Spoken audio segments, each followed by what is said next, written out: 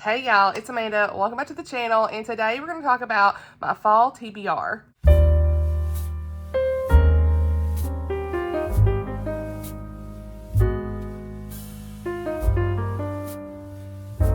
Alright y'all, so this is the first video I'm filming actually since I had my surgery, so please forgive any brain fog or breaks or anything I have to do. We'll see. This is going to be a really quick rundown of just what I want to read this fall. We'll see. These are possibilities. As usual, I mean, nothing is set in stone, okay, with TBRs, but they're always fun to film. And I always like to hear your thoughts as well in the comments about, have you read any of these? Should I prioritize some books over others? Just let me know. But yeah, I'm really excited to be filming this video. These would be books that are not Christmas books. That's the first thing, because that would be a whole separate TBR, okay? I'll be doing a whole Christmas TBR at some point. But these are books that would be on my physical shelves. Not necessarily any new releases coming out, because you know, I did my most anticipated releases video, and I'll link that below if you haven't seen it. But those fall releases, a lot of those are on my TBR because I may be reading early copies and things like that. So this is the whole disclaimer of these are the ones that I own on my shelf that I want to get to, okay? And some of these are 24 and 2024 books. Does that right? 20 and 20. Oh my gosh, y'all, I'm rusty. 24 in 2024, okay? And that the hubs picked for me. Some of these are buddy reads. Some of these are just, you know, 5-star predictions I did not get to. The last time I did a 5-star prediction video was last year. Went back. I still haven't finished the ones I need to finish from that. So just some of these things. We'll see where everything goes. Some of these are not even fall themed, okay? But it's just like one of those feelings of like, hey, this is something I think I might want to read, all that good stuff. So with all the disclaimers out the way, the first book on my list, and you all are sitting on my stack of books, so you'll see me reaching, is Twilight at Moorington Cross by Abigail Wilson. I have really enjoyed her books before. She writes clean historical romance, historical fiction. This one is set in 1819 Kent, England, and it says, Amelia is oh my gosh, you guys. Amelia is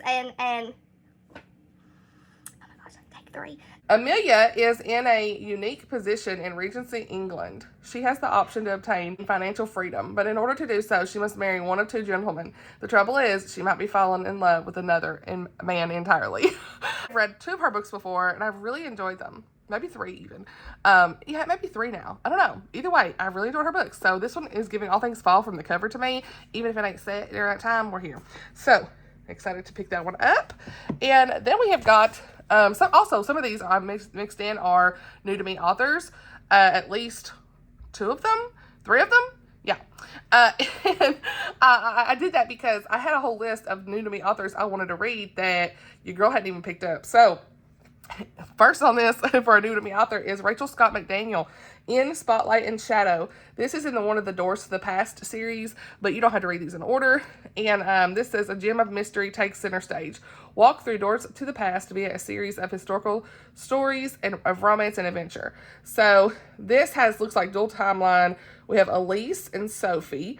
So Elise has a habit of letting people down. Her former boyfriend who hoped she'd be his bride. Her grandfather who hoped she'd take over the family's auction company. But mostly she's disappointed herself. What's the point of pursuing her passion as a violinist if she's too scared to audition for a seat in the Pittsburgh Symphony? Her internship at the elegant Heinz Hall places her in the wings of the stage, but never on it. By accident, she discovers an old stage prop. Her instincts tell her there's more to the paste necklace than meets the eye. She accepts help from a childhood friend who happens to be country music megastar Pearson Brooks. Pearson and Elise share a history, one she doesn't care to repeat. So then we have a century earlier that says Sophie Walters longs for center stage. Having spoiled all of her chances in Hollywood, she returns to Pittsburgh, accepting an insignificant role in a popular production. She watches her dreams pass by from behind the curtain as at the Illustrations Penn Theater, Lowe's Penn Theater, whatever, a theater. When she finally gets the coveted spotlight, it's not for her talent. No, her surge to fame is all one terrible mistake. Somehow she's suspected to be a notorious jewel thief. Honey, the man she pleads for help is none other than the man she jilted at the altar 5 years ago, Sterling Monroe. So this is a lot going on. It definitely sounds right up my alley with the historical elements. Sorry if y'all hear the cat. He ran around. So yeah, really, really good. And sorry if my throat's really scratchy, you guys. You know, like when you have surgery and like they give you that tube in your throat. I've had a scratchy throat ever since. So yeah, ignore it. Okay, next on the list is The Curse of Misty Wayfair by Jaime Jo Wright. Now, you know, in the fall time, we have to have a Jaime Jo Wright on the list. I am also going to be reading The Premonition at Wither's Farm in September. You saw it in my TBR. But this is what I want to add in at some point, maybe October, who knows, we'll see. I want to read all of her books. I really have enjoyed the ones I've read. So anyway, this one is dual timeline as usual. So that's what she usually writes. Christian suspense. And usually there's like a light thread of romance, but it's mostly suspense. Very eerie, gothic feel. And so we've got this girl who was left as at an orphanage as a child. She vows to find her mother one day, and her search takes her to the turn of the century Pleasant Valley, Wisconsin. When the clues she finds lead her to a mental asylum, Thea uses her experience as a post-mortem photographer to gain access and assist groundskeeper Simon in photographing. You guys, I'm struggling. Maybe I don't need to read these synopses like I said, but we're here. Photographing the patients and uncovering the secrets within. So there's a personal quest here to reawakening the legend of Misty Wayfair, a murdered woman who allegedly haunts the area and whose appearance portends death. A century later, Heidi receives a troubling letter from her mother, who is battling dementia, compelling her to travel to Pleasant Valley. I almost said value again. You guys, Pleasant Valley for answers into her own questions of identity. She catches sight of a ghostly woman haunting the asylum ruins in the woods. The long-standing story of Misty Wayfair returns, and with it, Heidi's fear for her own life. So 2 women across time seek answers about their identities and heritage. And so I'm really interested to read this. It sounds really eerie. Her books are not that scary, you guys, honestly, from what I've read for me. So I know they're usually pretty safe. There's only one book of hers I've had to DNF in the past, and it was The Souls of Lost Lake. And that was when I was first started reading suspense a little bit, and I wasn't really sure. I don't know if I could read it today or not. It did have some content that was a little bit hard for me to read. I have to be careful with that, but I do want to read all of her other books, I should say, that don't have that type of stuff in it. So this is definitely going to be one I really enjoy, I think. So we'll see. But I like how she usually has faith in her books that combat things like supernatural and all of that. I've talked about that before. Very good writing. Great author. Absolutely love her. So next on the list is one for my 5-star predictions, and that is An Elegant Facade by Kristi and Hunter. How many times is this going to be on my list this year? I don't know. I need to get to it. But this is continuing in the Hawthorne House series. I'm going to read the synopsis for this just because I don't want to spoil myself just in case. But it's definitely Regency romance. So much fun, and it's a Christian historical romance. So highly recommend Kristi and Hunter if y'all have not read her. I'm really excited to get into that one. All right, we're moving our setup around just a smidge, okay? This light's trying to come in over here. So next on the list is Dangerous Beauty by Melissa Koslin. This is actually on my September TBR. I'm going to be reading this with my friend Melissa, and I absolutely am so excited about this because so many of you have loved this and raved about it, some of my friends. And this is where this girl has a marriage of convenience, and it's, I think, to get out of human trafficking. So her name is Liliana, and she is a stubborn fighter, strong with a quiet elegance. She's determined to take back her life after escaping the clutches of human traffickers, but she can't safely stay in America unless the man who aided in her rescue is serious about his unconventional proposal to marry her. So really excited about this one. This is a Christian romantic suspense, and I've heard nothing but good things about this author, so highly anticipating that one. Next, we have got Not Quite Mr. Darcy by Kim Griffin. This is I actually got to meet Kim. She's a local author here, and this is a contemporary romance. It has Christian faith in here, and it's not quite the Pride and Prejudice retelling, but the story of a woman's journey to discover what real love is. And her main quote from this is, "It's a truth universally acknowledged that Mr. Darcy does not exist."